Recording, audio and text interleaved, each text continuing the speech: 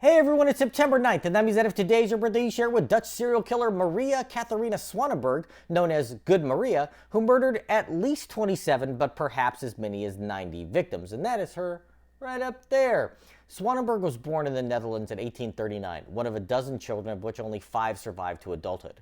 The family lived in the poor outskirts of Leiden, which sits between The Hague and Amsterdam.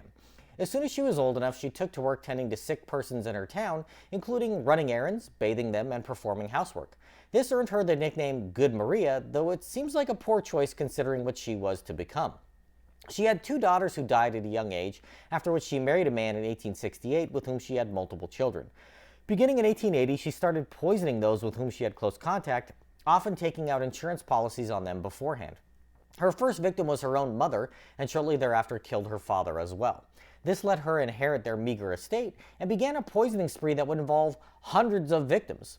Swanenburg started with the elderly and those in poor health to avoid suspicion, but became more brazen as she went along. She eventually began poisoning entire families at once, collecting their inheritance or insurance payouts as soon as they died. There are a total of 90 dead that are generally thought to have been poisoned by Swanenburg, but only 27 were proven to be her handiwork. Of those, 16 were her own relatives. Another 45 poisoning victims developed chronic health problems after ingesting arsenic she snuck into their food. While it was thought at the time that she did this for the inheritance, she often neglected to collect insurance payments or even take out policies to begin with, so it seems that she must have also just enjoyed poisoning people. When 3 members of the same family died at the same time in 1883, a doctor finally took notice and an investigation was launched. 13 bodies were exhumed and found to have traces of arsenic in their systems, and Swanenburg was arrested.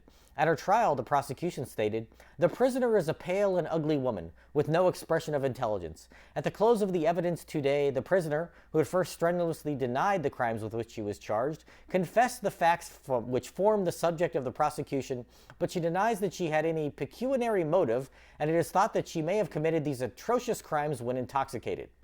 Swanenburg was convicted and sentenced to life in prison, dying behind bars in 1915 at the age of 75.